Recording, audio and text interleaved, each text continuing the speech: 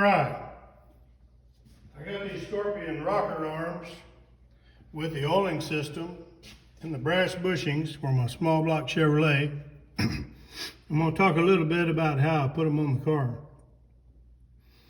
The first thing I did was these things come with extreme pressure lube. So the first thing I did was I backed these little adjusting nuts out and the adjuster screw in here, put a little dab of extreme oil pressure lube there, a little here, screwed them back in that direction and bottomed them out so they won't give me any trouble when I put them on the car. And I put it inside the cup there. That way I made sure that I didn't forget to do that.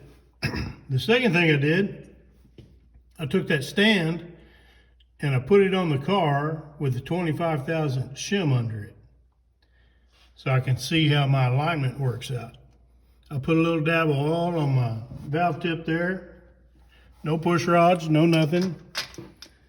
I put the rocker arm on the stand and I bounced it up and down a few times, wiggled it back and forth a few times, lifted it up and looked at my pattern. I could see it clearly. I didn't like it, so I raised the stand up. I repeated that procedure and still didn't like it, so I wound up with a 100 thousandths and a 50 thousandth shim underneath this stand to get that roller tip in the middle of my valve stem.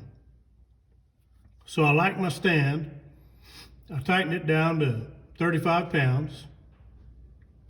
Then I figure out my push rod length. I put my adjustable push rod length checker in there. These are right here. Got the little screws on them. I dropped them in the hole and I lengthened them until I just had a little tiny bit of rock on the rocker arm. And that's how long my push rod needed to be. So I ordered the push rods, and now I'm getting ready to install this set of rockers on this cylinder, and I'll show you some of the things to watch out for while you're doing it. I'm gonna come back to this video. I'm gonna try to get this in the videos where they belong, but all that mess right there came out of 2 push rods. So when you put your push rods in, make sure they're clear and clean. You might have some junk in them. That's from Manly that I got from Summit, and they were brand new. All right, something I forgot to mention here.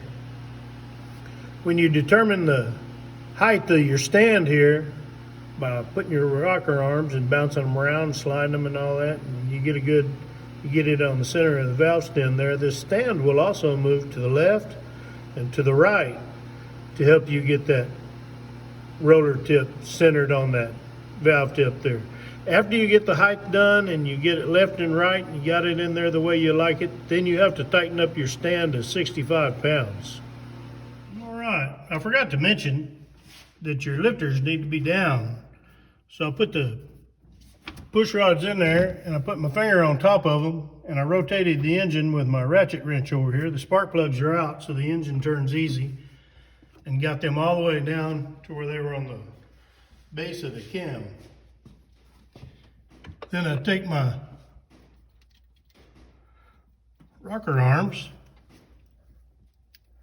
and I put them on the stand, making sure that my push rods go in the cup and that the stand is flat against that the rocker arm is flat against the stand. You see it's not. So this is one of the things you need to look for. I didn't have that push rod in the cup, and I didn't have that push rod in the cup. Now it's nice and flat. Another thing I want to show you that you need to watch out for is when you have the lifters all the way down and you have the push rods all the way down and you have these adjuster nuts all the way up, your shaft will sit nice and flat on that stand. If your push rod's a little bit long, I'll lengthen this one so it'll knock it out of whack. And then you'll be able to see what I'm talking about.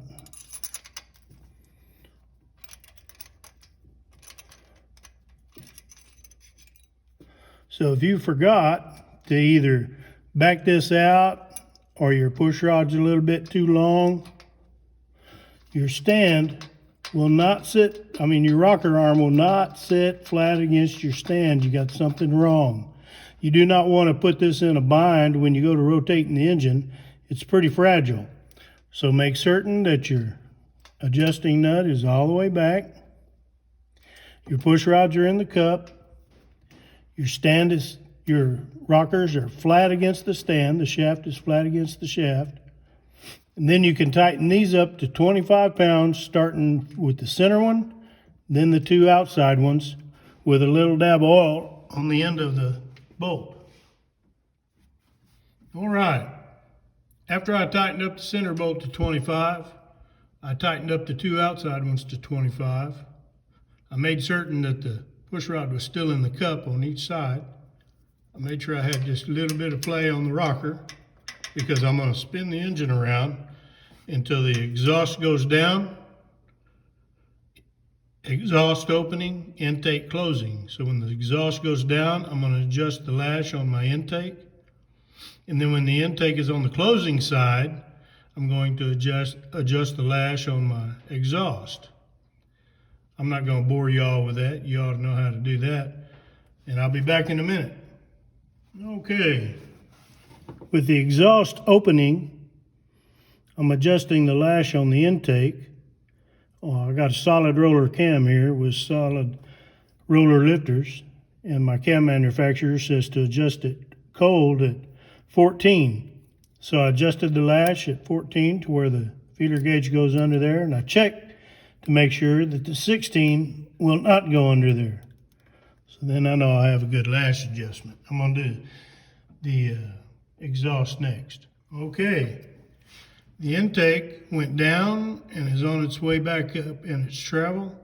So now I can adjust my exhaust, and I did that, and I made sure that the 16 goes in there, because it says, cam manufacturer says to adjust them 16 cold. So the 16 goes in, and then I'll double check to make sure that the 18 does not go in. And then I know I have a good adjustment.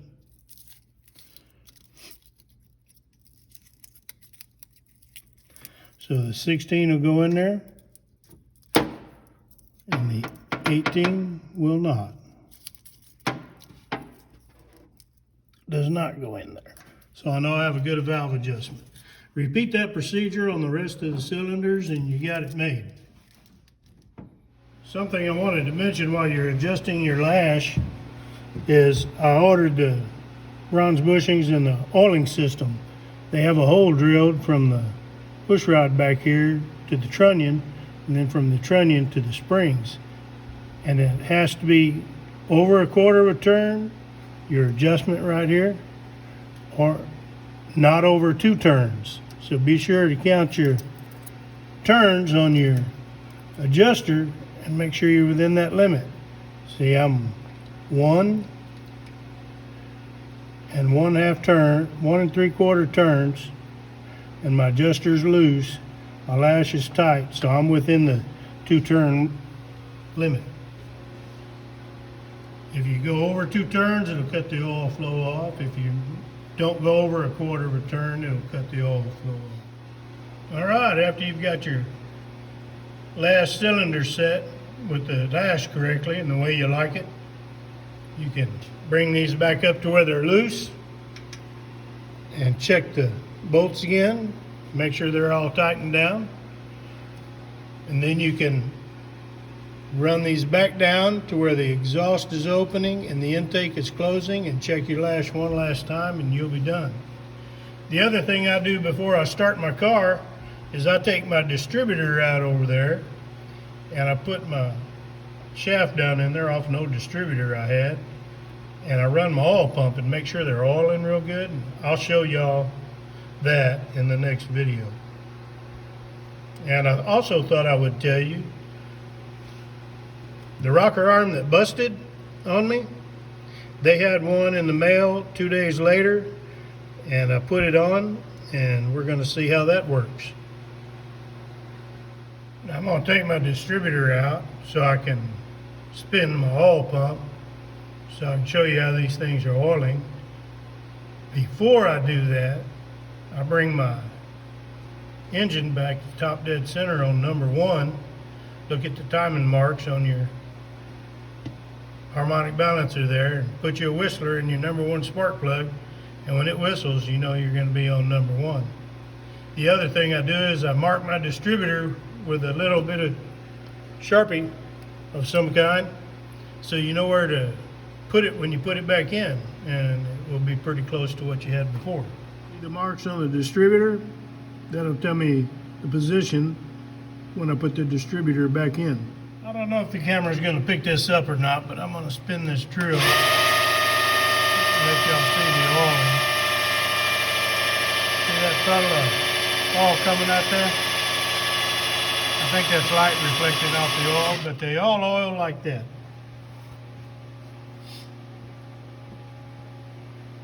I just cut the top off an old Chevrolet distributor and using that shaft to spin it up with.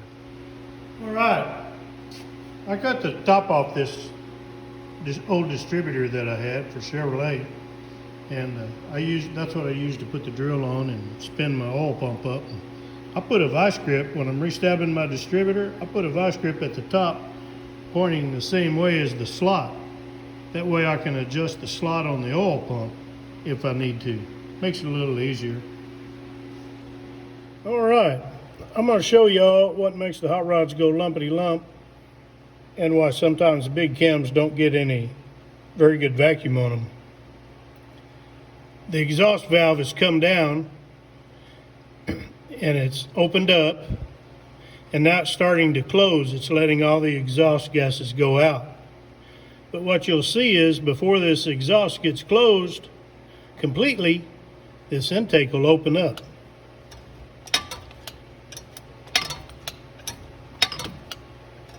See how it opened up right there? That's called the overlap. Now I shouldn't be able to you should be able to see this one move just a tiny bit more. See how it moves just a little more? That's your overlap. That's what makes them go lumpity lump, and that's why you don't get good vacuum with cams.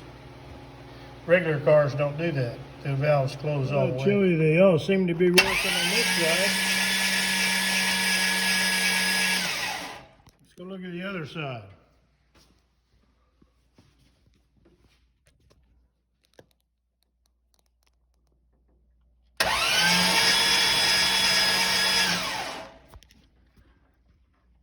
So there you go. Next thing to do is to change the oil. Put spark plugs in. Fire it up.